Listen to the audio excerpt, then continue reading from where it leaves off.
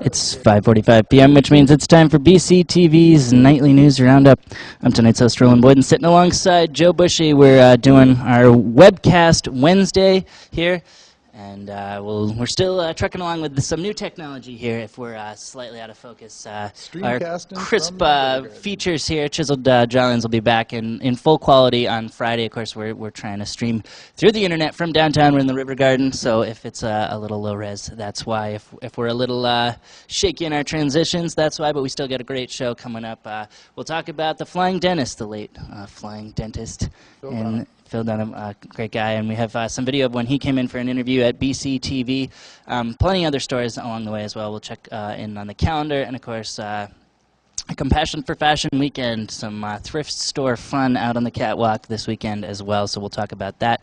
But we got to just get right back into our slew of videos here and hope that we can transition smoothly into those and keep our listeners watching until we can turn it over to back into regular BC TV programming. We got till 6. We'll try and make it happen. So keep watching here on BC TV. I grew up here in Brattleboro. I was born about the year after the Harris Hill ski jumping started with the Brattleboro Outing Club's foundation. It's always been a part of what went on in Brattleboro. As kids, we learned to ski jump anywhere that there was a slope, and we could build a snow bump, and just went on from there.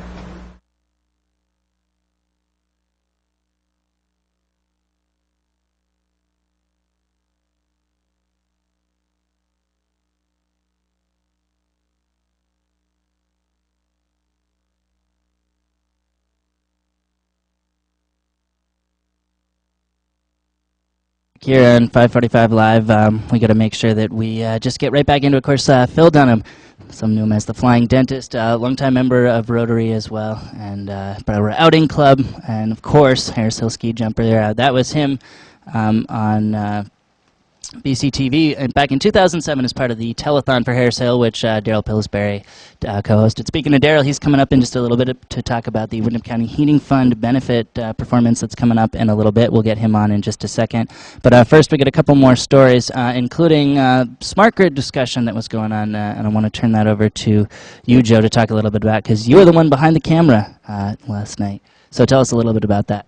Well, last night at the Vernon Elementary School, the gentleman from Green Mountain Power, his name escapes me at this moment, but he put on a presentation at the behest of Mike Hebert to answer questions to the public regarding the upcoming smart meter system. All right, we'll go ahead and take a look. Reliability is non-negotiable. Our customers, whether they're residential customers or business customers, rely on that power to do what they do every day. Electric delivery is a big driver of the local economy, and you have to have it. So while we're not perfect in our delivery of reliability, simply because of the climate we have around Vermont, we do a pretty good job, and it is one of our top criteria that we keep an eye on.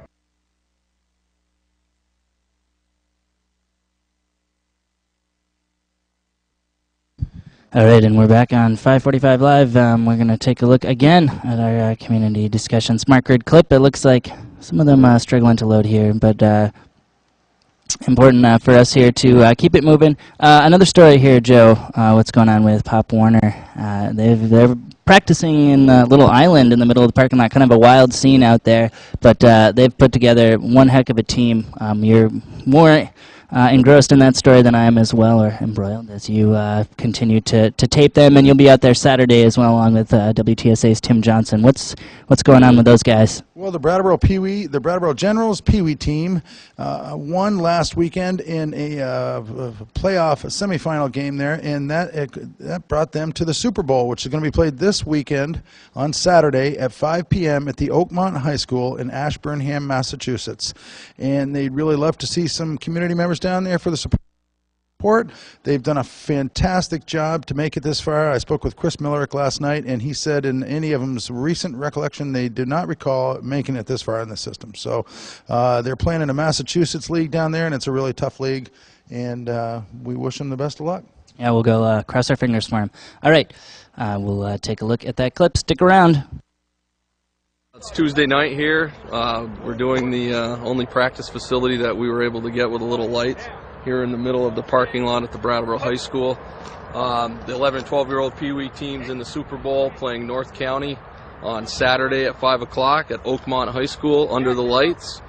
First time that we can remember that this has happened.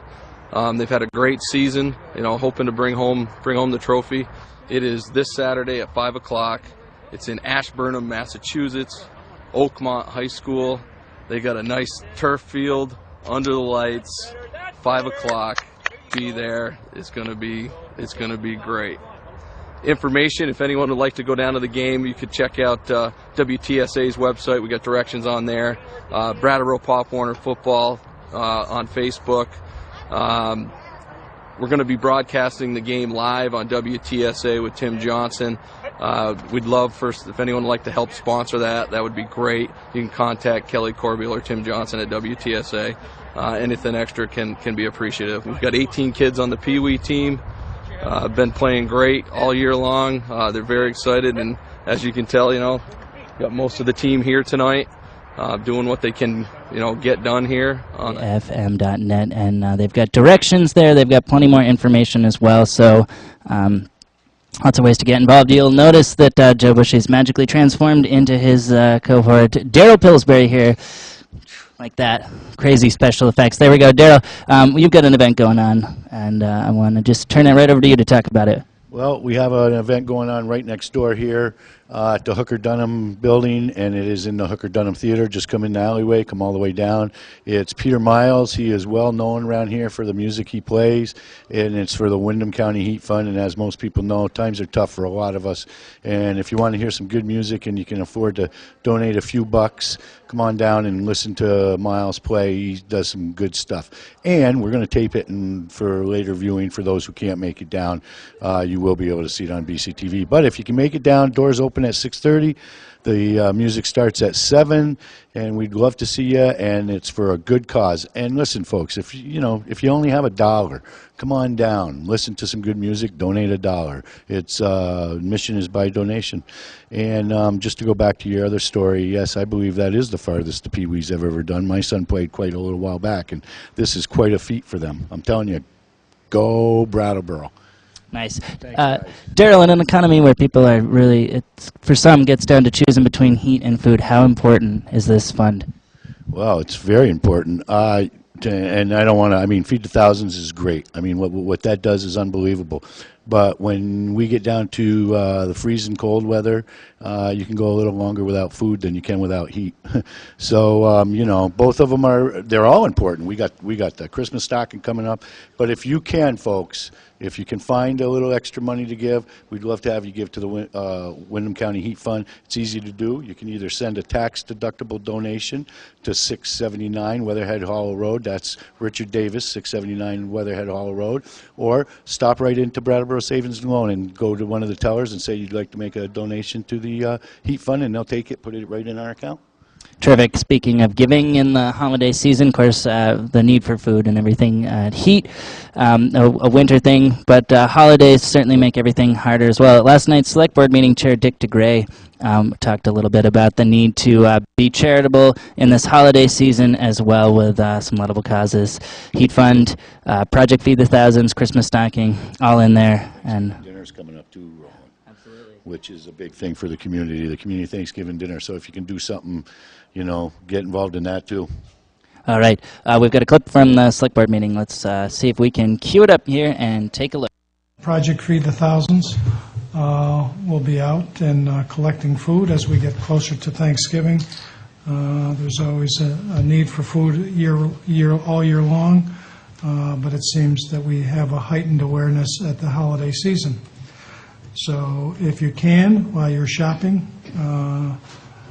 make a purchase and drop it off at one of the bins at the local supermarkets. And also, Thanksgiving is the start of the collection for the Reformer Christmas stocking, also very big in Brattleboro and the surrounding areas. Their goal is $94,000 or $95,000 this year. Significant demand. That demand is constantly going up. and I know that they appreciate the generosity of our community. And the need there. All right. Well, we've got a few things to wrap up here. We've got about 4.5 minutes left on our 5:45 Live Downtown webcast Wednesday. Gotta love the alliteration. We are down here at the River Garden. We've got Main Street behind us here. And so we'll wrap up with a few things like checking in with our calendar and what's going on there. All right.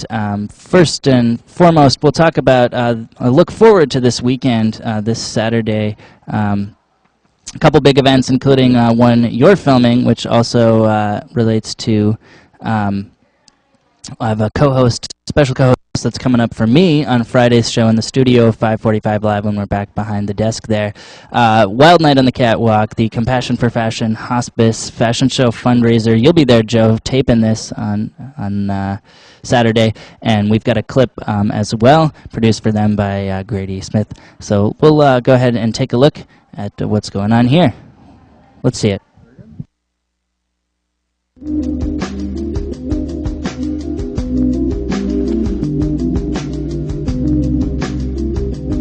It's really fabulous because we've got somebody who's really into textures.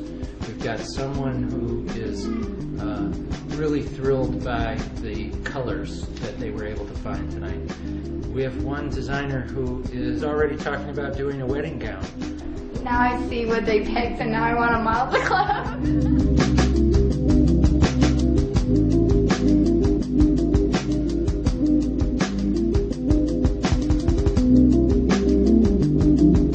We just going to wrap up with a few more community events, and I want to make sure we get time for the BCTV schedule quick glance as well, where we can take a look, shamelessly promote BCTV. What else would we want to do on a BCTV show but promote our own station and website? But first, we'll take a look at what's coming up in the days to follow here. We got a couple more events coming up around here.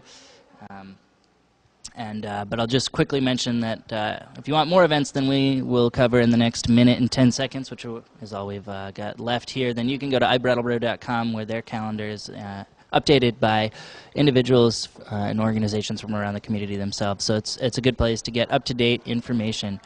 Let's jump right into some events, Joe. And I'll turn it over to you here in a second. We can take a look at what's coming up around the community. Well, sure thing, Roland. It looks like there's another showing at Vermont Academy of the, let me see, what's it called, the Wyndham Orchestra, with director Hugh Keelan presents Wallingford Rieger's Dance Rhythms and Gustav Mahler's Symphony No. 1 in D major at the Vermont Academy in Saxton's River on Friday, November 18th at 7:30 p.m. And you can go and you can get more information on that or tickets at the Brattleboro Music Center. www.bmcvt.org. Back to you, Roland. Terrific. We also talked about, of course, this Saturday, what was coming up with Wild Night on the Catwalk. Daryl plugged tonight's performance. Also want to mention that the Brattleboro Farmers Market is back, and that's fitting for us to talk about because it's here in this very downtown space. It's officially winter now that they've rolled out the winter Farmers Market.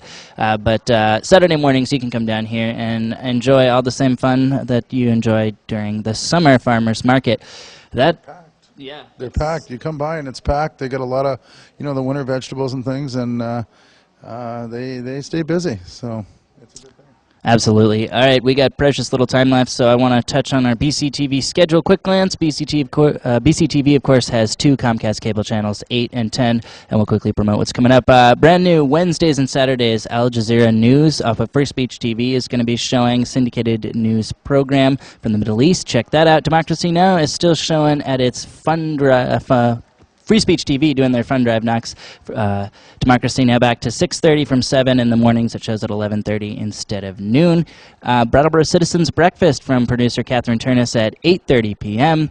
That's all on Channel 8, and plenty more, including BUHS football versus Essex for a midnight showing tonight on Channel 10 as well. But Joe, we are out of time, so let's just say for BCTV and 5:45 Live, I'm Roland Boyden, and we're going to turn it right back over to BCTV programming. Thanks for joining us from downtown.